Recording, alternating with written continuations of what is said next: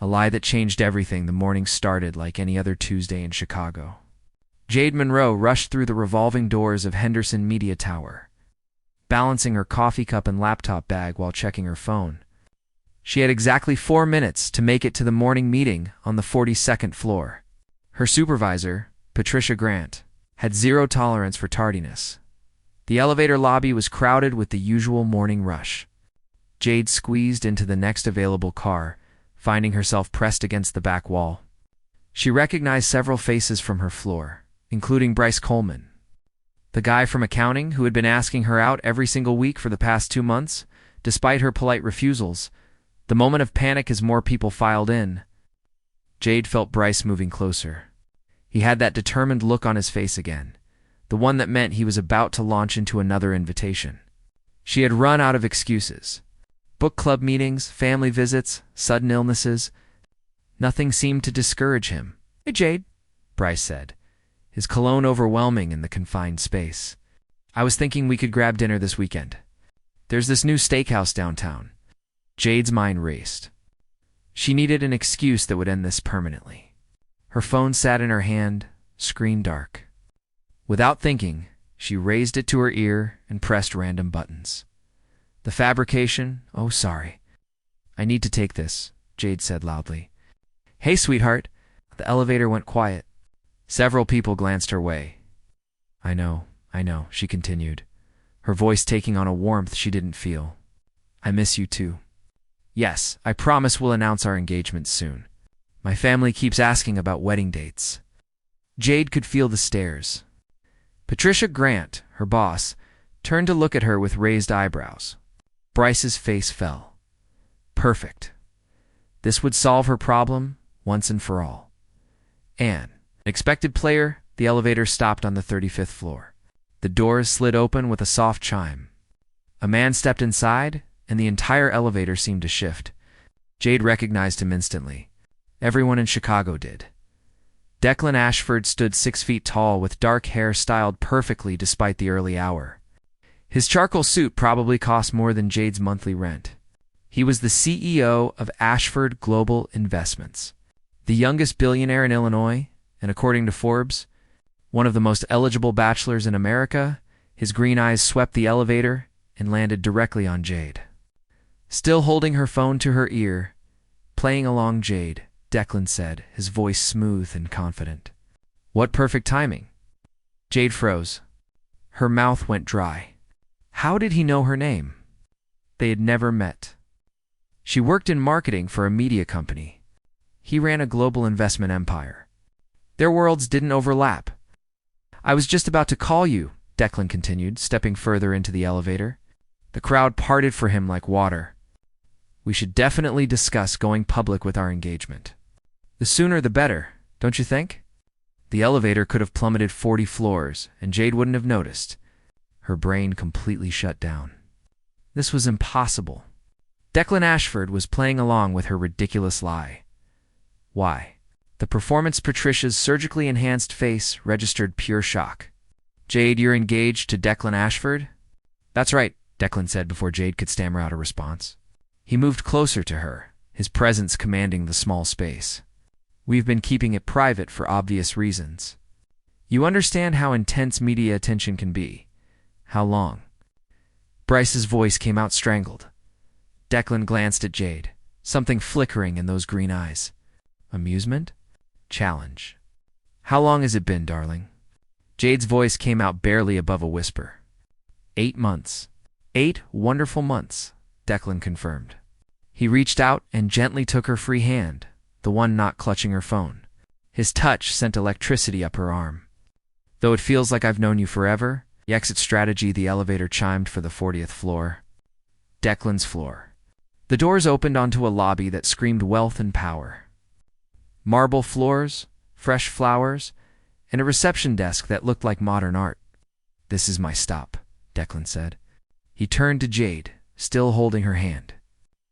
"Dinner tonight? 8 o'clock at Bellinot.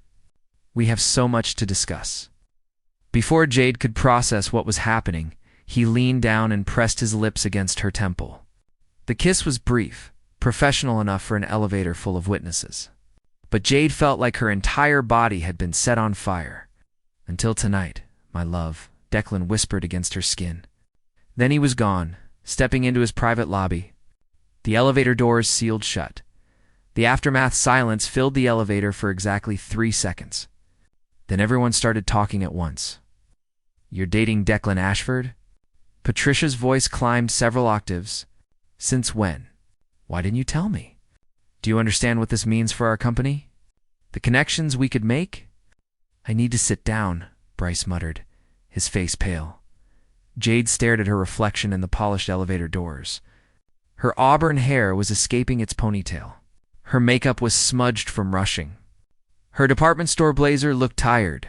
She looked exactly like what she was. An ordinary girl from Texas who had just lied herself into an extraordinary situation. Reality, as in the elevator reached the 42nd floor.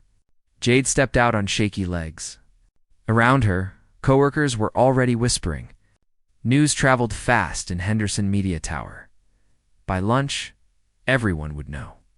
By evening, it would probably hit social media. What had she done? Her phone buzzed. A text from an unknown number. "Bellinot, 8 o'clock. Come alone. We need to talk about our situation. And Jade, don't worry. I have a plan." Jade stared at the message. Declan Ashford had her phone number. Declan Ashford wanted to have dinner with her. Declan Ashford had a plan. The decision she could ignore the text. Call the whole thing off. Announce it was a misunderstanding. Face the embarrassment and probably lose her.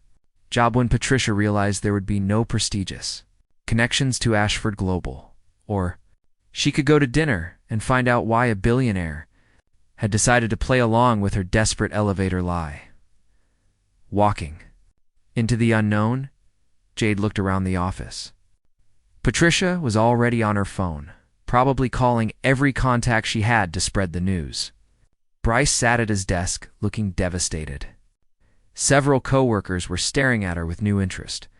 She had 7 hours until dinner. 7 hours to figure out how to survive a meal with Chicago's most powerful man. 7 hours to prepare for whatever plan he had in mind.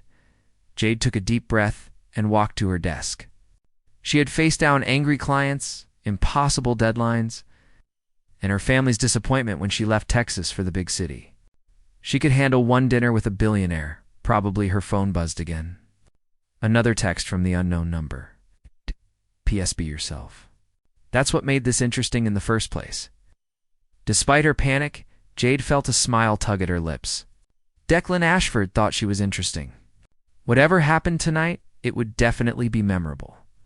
She opened her laptop and tried to focus on work, but her mind kept drifting back to those green eyes, that confident smile, and the feel of his lips against her temple. 7 hours. The countdown had begun.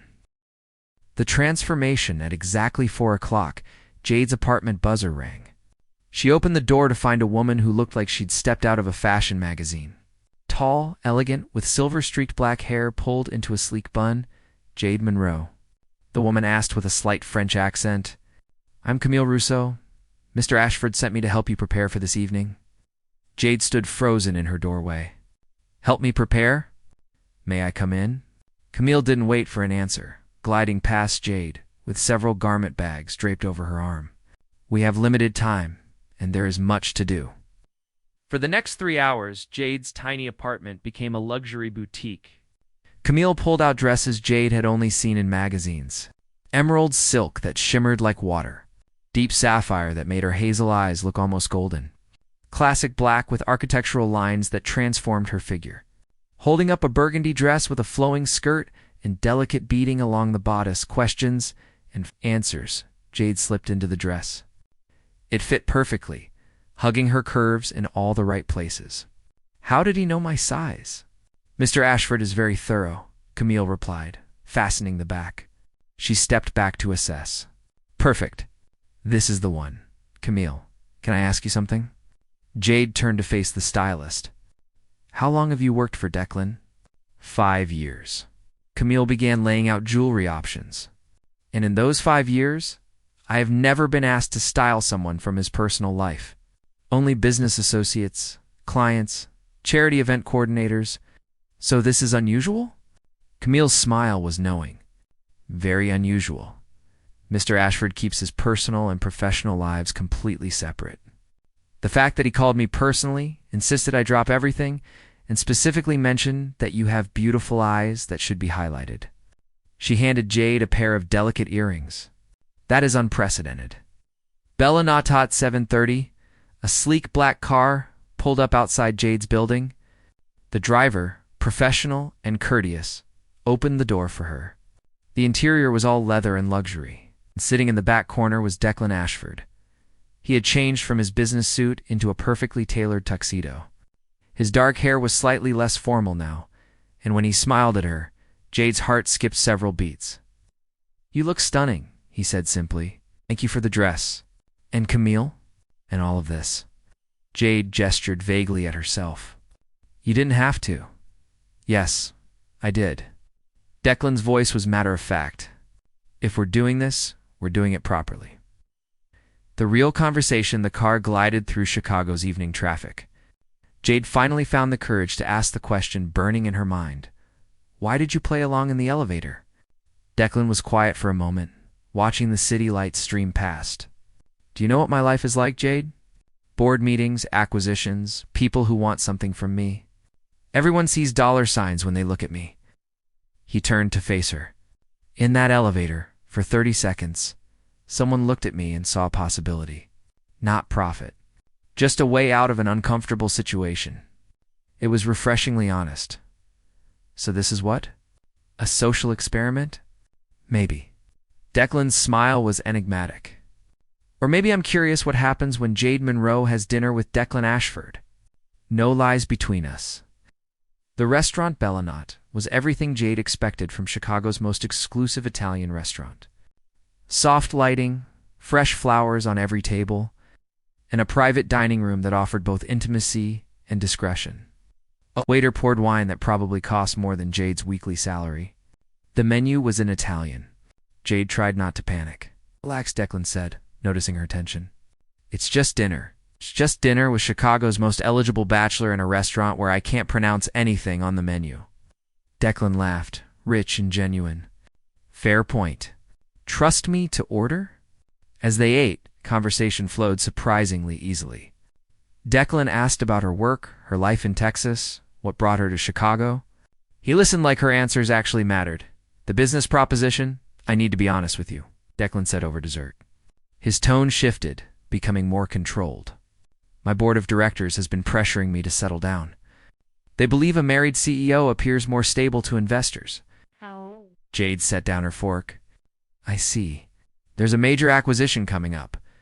The biggest in Ashford Global's history. Having a fiancé could be advantageous." The fairy tale shattered. "So this is a business proposition. You want to hire me to be your fake fiancé? I want to propose a mutually beneficial arrangement." Declan's voice was pure CEO now. "You need to maintain the fiction we created. I need a fiancé for this deal. We help each other." Walking away, Jade stood up so abruptly her chair scraped the floor. "I need some air." In the restaurant's elegant bathroom, she stared at her reflection. The beautiful dress, the borrowed jewelry, the professional makeup, none of it changed who she really was underneath. When she returned, Declan was on his phone, speaking in clipped sentences about market projections. The warm man who'd laughed at her menu anxiety was gone. "Thank you for dinner," Jade said, picking up her clutch. "But I'm not interested in being anyone's business solution." "Hey, Jade, wait." Atch. Declan's hand covered hers across the table. "I handled that badly." "No, you were perfectly clear. This is business for you." "I'm not interested in being business. That's not what I meant." "Ah, isn't it?" Jade stood again. "You investigated me, Declan. You're treating this like a merger negotiation." The admission Declan stood too, and for the first time since she'd met him, he looked genuinely rattled. "I don't know how to do this any other way." Something in his voice made Jade pause. "Do what?" "This," he gestured between them. "I know how to acquire companies, manage portfolios, negotiate billion-dollar deals. I don't know how to have dinner with someone I actually want to know better without calculating the risks." The honesty hit her hard. This wasn't the billionaire talking. This was a man who'd been successful for so long he'd forgotten how to be anything else. "Figure it out," Jade said softly, "because I'm not interested in being your convenient fiancé. But I might be interested in getting to know Declan Ashford the person, not the CEO." The text outside photographers waited on the street. Jade pushed through them, ignoring their questions. In the car taking her home, her phone buzzed. "I'm sorry. Let me try again. Coffee tomorrow. Somewhere normal. No background checks, no business propositions. Just coffee, Declan." Jade stared at the text. Through the car window, she could see Declan standing outside the restaurant. Phone in hand, watching her car pull away, she typed back, "Monroe's Cafe on State Street, 7 a.m. And Declan, come alone." 3 weeks later, coffee turned into breakfast. Breakfast turned into weekend walks. Weekend walks turned into late-night phone calls where they talked until dawn. Declan showed Jade his Chicago. Not the exclusive clubs and private restaurants, but hidden bookstores and neighborhood diners. Places where he could be just Declan, not the billionaire CEO. Jade showed him her world. The community center where she volunteered teaching kids to read. Her favorite taco truck. The rooftop where she went to watch the sunset when the city felt overwhelming. They dodged paparazzi like it was a game. Baseball caps and sunglasses became their disguise. They held hands in crowds where nobody recognized them. The gala. Invitation. "There's something I need to ask." "You," Declan said one Saturday morning over coffee at their usual spot. "It sounds ominous. The Ashford Foundation Gala is next weekend. It's a major charity event. Very public, very visible." He paused. "I'd like you to come with me. As my actual girlfriend, not as a business arrangement." Jade's stomach flipped. "Your family will be there?" "My parents, my sister Caroline, various aunts and uncles." Declan's expression was carefully neutral. "They're curious about you? Curious or judgmental?" "Probably both." His honesty made her smile. "My mother has specific ideas about appropriate partners. My father judges everyone by their bank account. Caroline will probably interrogate you. Sounds delightful." "The complications, there's more," Declan said. "The CEO of Bennett Industries will be there. He's the one we're negotiating the acquisition with. He wants to see how we are together in a public setting, so it is partly business." "No." Declan took her hand. "Business is the excuse. The truth is, I want you there because I want to stop hiding. I want my family to meet the woman I'm falling in love with. I want to walk into that ballroom with you on my arm and not care what anyone thinks." Jade felt tears prick her eyes. "You're falling in love with me?" "Terrifyingly, completely, irrationally in love with you." Oh. Declan's smile was soft. "Is that okay?" Jade answered by kissing him. Right there in the crowded cafe, not caring who saw or who might take photos. "I love you too," she whispered. "Even though you're crazy, it's crazy enough to blow off a board meeting yesterday because you wanted to show me that new art exhibit. You did that for me. I'd do anything for you. The question is, are you ready to step into my world? The galas, the scrutiny, the pressure." Jade thought about the past 3 weeks. The laughter, the connection, the way Declan looked at her like she was the most important thing in his world. "I'm ready," she said. "Let's do this." Preparing for battle the week before the gala passed in a blur, Camille returned with an entirely new wardrobe. She researched Bennett Industries until she could recite their quarterly reports. "You're overthinking this?" Carolyn Ashford said over lunch on Thursday. Declan's sister had flown in from Boston and immediately demanded to meet Jade privately. "I'm about to meet your parents and convince a CEO that I'm not going to distract your brother from a billion-dollar deal," Jade said. "I think appropriate levels of thinking are required." Caroline laughed. "I like you. You're nothing like the society women mother keeps trying to set Declan up with." She leaned forward. "Can I give you some advice, please? My brother has spent his entire adult life building walls. Money, success, reputation, all walls to keep people from getting too close." Caroline's expression softened. In 3 weeks, you've knocked down more of those walls than anyone has in years. Don't change who you are to fit our world. That's exactly what Declan needs. Someone real. The unexpected crisis. Friday afternoon, Jade's phone rang. An unknown Chicago number. Miss Monroe. This is Gerald Winston, board member of Ashford Global. The voice was cold, professional. I need to meet with you before tomorrow's gala. It's regarding your relationship with Declan. Jade's stomach dropped. What about it? Can you meet me at the Ashford Global offices in 1 hour? The confrontation Gerald Winston looked exactly like Jade expected. Silver hair, expensive suit, and eyes that calculated her net worth in seconds. Miss Monroe, let's be direct, he said, without preamble. Your relationship with Declan comes at a critical time. The Bennett acquisition is worth $10 billion. We can't afford distractions. I'm not a distraction. Aren't you? Gerald pulled out his tablet. Small town girl, marketing coordinator, student loans still unpaid. You appear in Declan's life exactly when he needs to appear, settled for investors. Convenient timing? Jade felt anger replace nervousness.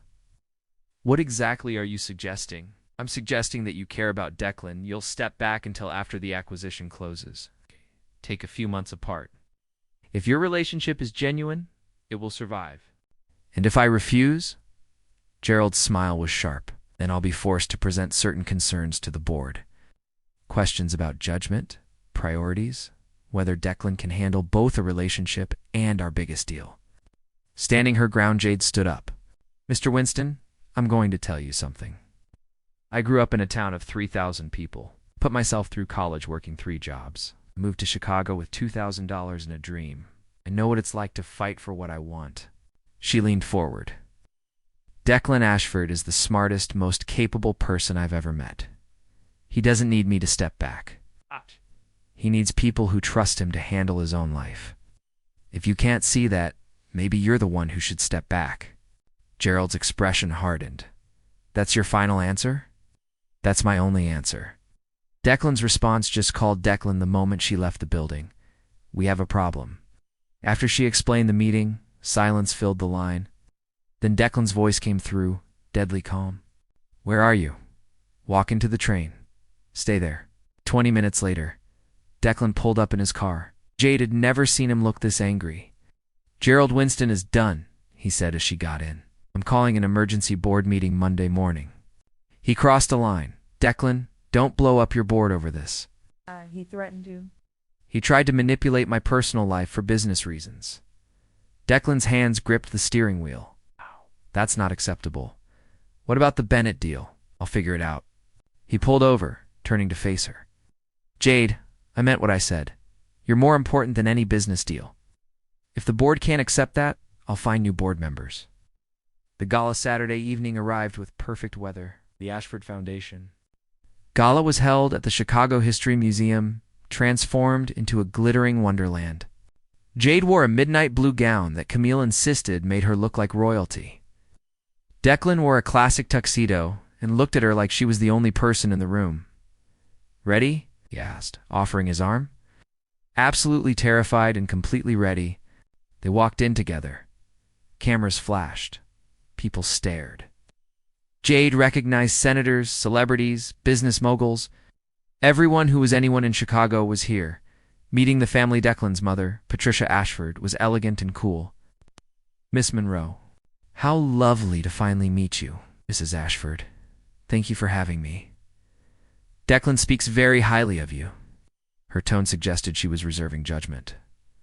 Declan's father, Robert Ashford, was more direct. What do you do, Miss Monroe? I work in marketing for Henderson Media Group. I also volunteer teaching literacy to children. How nice. His dismissive tone was clear. This wasn't the impressive answer he wanted. Caroline appeared at Jade's elbow. Mother, father, stop interrogating her. We're at a party. The Bennett test halfway. Through the evening, Declan found her talking with Caroline about education initiatives. There's someone I want you to meet, he said. Richard Bennett, CEO of Bennett Industries. Richard Bennett was in his 60s, sharp-eyed and clearly assessing every detail. Miss Monroe, I've heard interesting things about you. All good, I hope. Mostly curious, Bennett smiled. Declan tells me you have insights into our potential partnership. I'd be interested to hear them. Jade glanced at Declan, who nodded encouragingly. Mr. Bennett, I work in marketing, so I think about brand perception. The merger between Ashford Global and Bennett Industries isn't just about financial synergy. It's about storytelling. Go on. Both companies have strong reputations independently. But combined, you're telling a story about innovation meeting tradition, risk-taking meeting stability. That narrative, if marketed correctly, could transform how investors perceive both brands. Bennett was listening intently. Interesting perspective. More than that, Jade continued, finding her confidence. Everyone's focused on whether Declan can handle this deal while being in a relationship. But research shows that executives with stable personal lives make better long-term decisions. You're not just partnering with Ashford Global. You're partnering with a CEO who's demonstrated he can build both professional success and personal happiness. That's a leader worth investing in. The silence stretched. Then Bennett started laughing. My God, Declan. She's brilliant. Where did you find her? Declan said with a grin. She was lying to escape an uncomfortable situation. I played along. Best decision I ever made. Gerald's last move the moment was interrupted by Gerald Winston approaching with several board members. Declan, we need to talk, Gerald said. Privately. Anything you have to say can be said in front of Jade. Gerald's smile was cold. It's very well. The board has concerns about your focus given recent personal developments. We're proposing a delay on the Bennett acquisition until you can demonstrate proper attention to business. The ballroom seemed too quiet. People nearby turned to watch. Is that right? Declan's voice was ice. And whose idea was this proposal? Yours, Gerald. The board's collective concern. That's interesting, Richard Bennett interjected, because, as the partner in this acquisition, I have no concerns whatsoever. In fact, after speaking with Miss Monroe tonight, I'm more confident than ever in Declan's judgment. The choice Gerald turned red. With all due respect, Mr. Bennett, this is an internal Ashford Global matter. Actually, Declan said quietly, it's not. Because I'm making a choice right now, Gerald. You're removed from the board effective immediately. I'll be calling for a vote Monday to make it official, but as majority shareholder, I have the authority to act. Gasps rippled through the nearby crowd. Gerald looked shocked. You can't do this, he sputtered. I absolutely can. You overstepped, Gerald. You tried to manipulate my personal life for business gain. That's not how I run my company, Declan. Put his arm around Jade's waist. Anyone who has a problem with that can join you in retirement. The dance after the confrontation, Declan led Jade onto the dance floor. The orchestra was playing something slow and romantic. That was intense, Jade said, resting her head on his shoulder. That was necessary. Declan's voice was firm. I meant what I said. You're more important than any deal, any board member, any business arrangement. I love you, Jade whispered. I love you too, Jade. He pulled back to look at her. This isn't fake anymore. This isn't convenient. This is real. You and me, building something genuine together.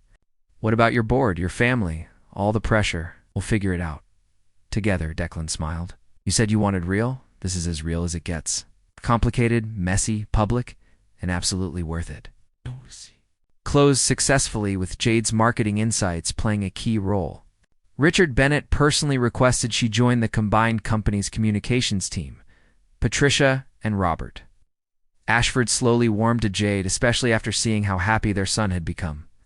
Caroline became one of Jade's closest friends. Gerald Winston retired quietly, replaced by board members who understood that personal happiness and professional success weren't mutually exclusive.